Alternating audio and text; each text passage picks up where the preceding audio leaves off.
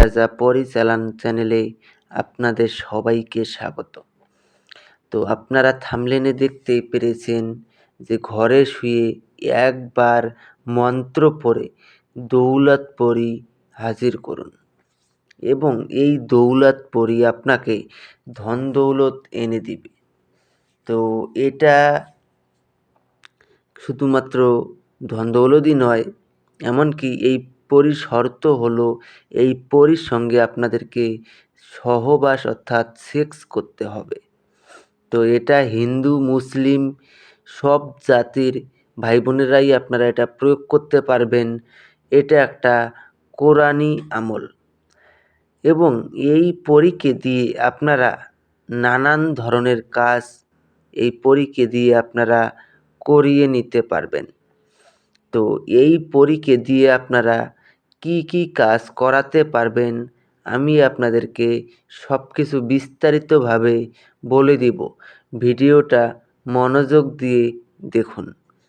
এই এই দৌলতপরি সাধনা যদি আপনারা করতে পারেন তাহলে পরে এই দৌলতপরি আপনাকে যে কোনো ধরনের কাজ, ভালো খারাপ সব ধরনের কাজ আপনাকে মুহূর্তের মধ্যে করে দিবে এবং এই পরীকে দিয়ে আপনারা হাজিরাও দেখতে পারবেন এবং বান, বশীকরণ, বিচ্ছেদ এবং স্বামী স্ত্রীর মনোমালিন্য আপনাদের এরকম ধরনের কবিরাজি লাইনের, তান্ত্রিক লাইনের যত ধরনের কাজ রয়েছে আপনারা সব ধরনের কাজ মুহূর্তের মধ্যে করিয়ে নিতে পারবেন।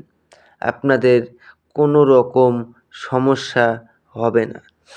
তো এই পরীর একটা বিশেষজ্ঞ এটাই যে খুব সহজ এবং সরল উপায়ে এই পরীকে আপনারা হাজির করতে পারবেন। কেননা অনেক ধরনের পরী সাধনা রয়েছে কিন্তু খুবই কঠিন এবং ওই কাজ যা আমাদের পক্ষে করা সম্ভব নয় এবং আপনাদের পক্ষে করা সেটা সম্ভব নয়। আপনারা হয়তো ইউটিউব দেখে অনেক সাধনার আপনারা প্রয়োগ করেছেন কিন্তু আপনারা সফলতা অর্জন করতে পারেননি। তাই আমি আপনাদেরকে বলবো যে আপনারা এই আমলটা করুন। এই আমল করলে পরে আপনাদের কামিয়াবি হবেনই হবেন। তো মন্ত্রটা দেখে নিন। ইয়া রাসূলুল্লাহ দৌলতপরি হাজির হও কার আজ্ঞে? ইজরাইলের আজ্ঞে। এই দোয়াটা, এই মন্ত্রটা আপনারা ভালো করে প্রথমে মুখস্থ করে নেবেন। যখন আপনাদের এটা মুখস্থ হয়ে যাবে তারপরে আপনারা সাধনার প্রস্তুতি নেবেন।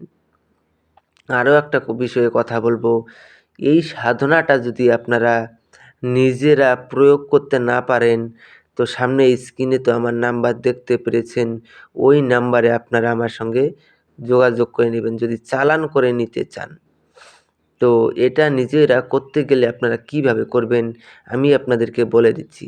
এই মন্ত্রটাকে আপনারা ভালো করে মুখস্থ করে নেওয়ার পরে এটা ৩২১ বার জপ করে সিদ্ধ করে নেবেন। ৩২১ বার পরে সিদ্ধ করে নেওয়ার পরে আপনারা যে কোনো বৃহস্পতিবার রাত ১১টার সময় সাধক নিজের কোনো একান্ত ঘরে বসে আপনাদেরকে এই সাধনাটা করতে হবে।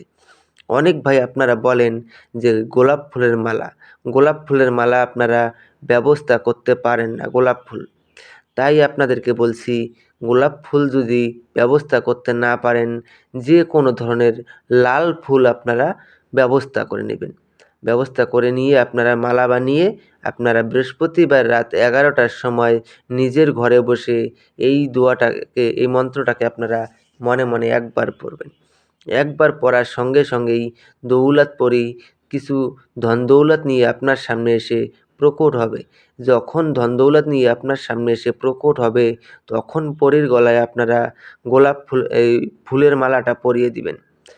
ফুলের মালা পরিয়ে দেওয়ার সঙ্গে সঙ্গেই ও আপনার বশ্যতা স্বীকার করবে। তারপরে আপনারা ওনাকে বলবেন যে, "আমার কাছে আপনাকে ৩ টি শপথ করতে হবে। ১ম শপথ, আমি তোমাকে যা আদেশ করিব তা সঙ্গে সঙ্গে পালন করিতে হবে। ২য় শপথ, আমার অনুমতি ছাড়া তুমি কোত্থাও যেতে পারবে না।